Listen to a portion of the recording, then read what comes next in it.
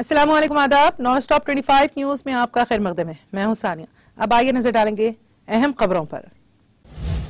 चीनी सदर Xi Jinping और अमेरिकी सदर जो बाइडेन 16 नवंबर को अहम मौज़ूआत पर ऑनलाइन गुफ्तगू करेंगे। इटली दिसंबर में होने वाले इंतखाबात के बाद लीबिया के सिक्योरिटी निज़ाम में इस्लाहात की हिमायत के लिए तैयार हैं। अमेरिका में लॉस एंजलिस काउंटी की एक आला अदालत ने पॉप ग्लोकारा ब्रिटनी स्पीयर्स को उनके वालिद जेम्स स्पीयर्स के तहफ़्फ़ुज़ से आज़ाद कर दिया है। अमेरिका और सलामती कौंसिल के रुकन मगरबी ममालिक ने बेलारूस को कड़ी तनकीद का निशाना बनाते हुए कहा है कि वो पोलैंड से मुत्तसिल अपनी सरहद पर महाजरीन का बहरान शदीद तर बनाने की कोशिश में है। अफगानिस्तान के मशरिकी सूबे नंगरहार की एक मस्जिद में नमाज जुम्मा के दौरान होने वाले धमाके में 16 अफराद जख्मी हो गए हैं। हैदराबाद की मुख्तलिफ मसाजिद के बाहर गुज़िश्ता रोज जुमा की नमाज के बाद सेक्रेटेरिएट की मसाजिद की दोबारा तामीर का मुतालबा करते हुए एहतजाज किया गया। कौमी राजधानी दिल्ली में आवाम को आलूदगी से राहत नहीं मिली। दारुल हुकूमत में आवाम को अभी भी सांस लेने में दुश्वारी का सामना करना पड़ रहा है। कांग्रेस के सीनियर रहनुमा और साबिक मरकजी वजीर पी चिदम्बरम ने हुकूमत पर कोऑपरेटिव फेडरलिज्म की धज्जियां उड़ाने का इल्जाम आयद करते हुए कहा है कि उसने पेट्रोल डीजल पर टैक्स लगाकर जो कमाई की है उसका हिस्सा रियासतों को नहीं दिया है। कौमी राजधानी में आलूदगी की बढ़ती हुई सतह पर तशवीश का इजहार करते हुए सुप्रीम कोर्ट ने कहा कि सियासत और हुकूमत को फौरी तौर पर अपनी हदों से ऊपर उठकर ठोस इक़दाम करने चाहिए ताकि 2-3 दिनों के अंदर आलूदगी की सतह पर काबू पाया जा सके। हरियाणा के इत्सोई रेलवे स्टेशन पर नई दिल्ली झांसी ताज एक्सप्रेस के AC कोच में हफ्ते की सुबह आग लग गई। रेलवे के एक अहलकार ने बताया कि आग ब्रेक जैम की वजह से लगी है। राहुल गांधी ने कहा कि हिंदू और हिंदुत्व दो मुख्तलिफ नजरियात हैं। हमें इस बात को कबूल करना होगा कि भारत में दो नजरियात हैं, एक कांग्रेस का नजरिया और दूसरा RSS का नजरिया। दिल्ली हाई कोर्ट ने दिल्ली पुलिस को जबरदस्त फटकार लगाते हुए नोटिस जारी किया है।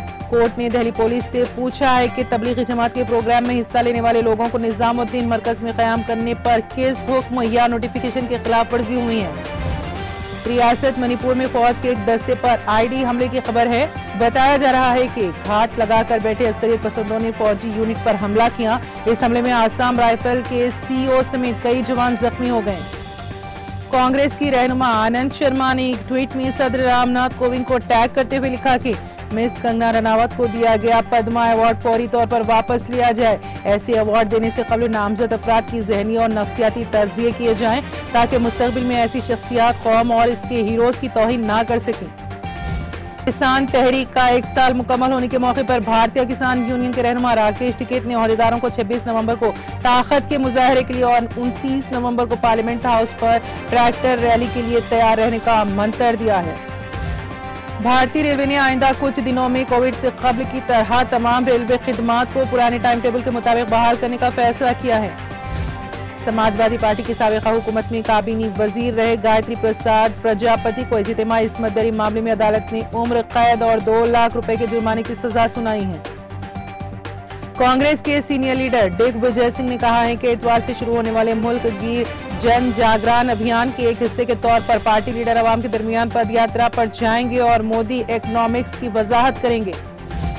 PDP सदर और साबिक वज़ीर आला महबूबा मुफ्ती का दावा है कि भारतीय जनता पार्टी ने हिंदुत्व और हिंदू धर्म को हाईजैक किया है। कौमी कौंसिल बराए फरोग उर्दू जबान के डायरेक्टर डॉक्टर अकील अहमद का कहना है कि नरेंद्र मोदी की सरबराही वाली मौजूदा मरकजी सरकार उर्दू जबान व अदब के फरोग के लिए इंतहाई संजीदा है। टीम इंडिया के साबिक हेड कोच रवि शास्त्री ने कहा है कि वो अपने दौर में ICC का कोई खिताब ना जीतने पर मायूस जरूर हैं, लेकिन उन्हें इस पर अफसोस नहीं है। हसन अली सेमीफाइनल मैच में एक अहम कैच छोड़ने के बाद लोगों ने सोशल मीडिया पर निशाना बनाया। लोग न सिर्फ उन पर बल्कि उनकी अहलिया जो कि हिंदुस्तानी हैं उन पर तरह तरह की तनकीदें कर रहे हैं।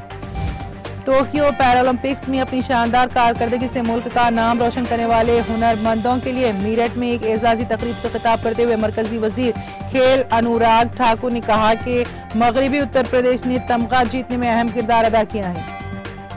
1950 और 1960 की दहाई की मशहूर हिंदुस्तानी अदाकारा श्यामा ने मुतादिद फिल्मों में अपनी अदाकारी के जौहर दिखाए और शोहरत पाई। श्यामा उस अहद में हिदायतकारों और फिल्म साजों और नई मौसीकी की आमद के लिए बेहतरीन इंतखाब थी। Bangladeshi film no ground beneath the feet को भारत के 52वें इंटरनेशनल फिल्म फेस्टिवल के बैनुल अक़वामी मुकाबले के सेक्शन में शामिल किया गया है।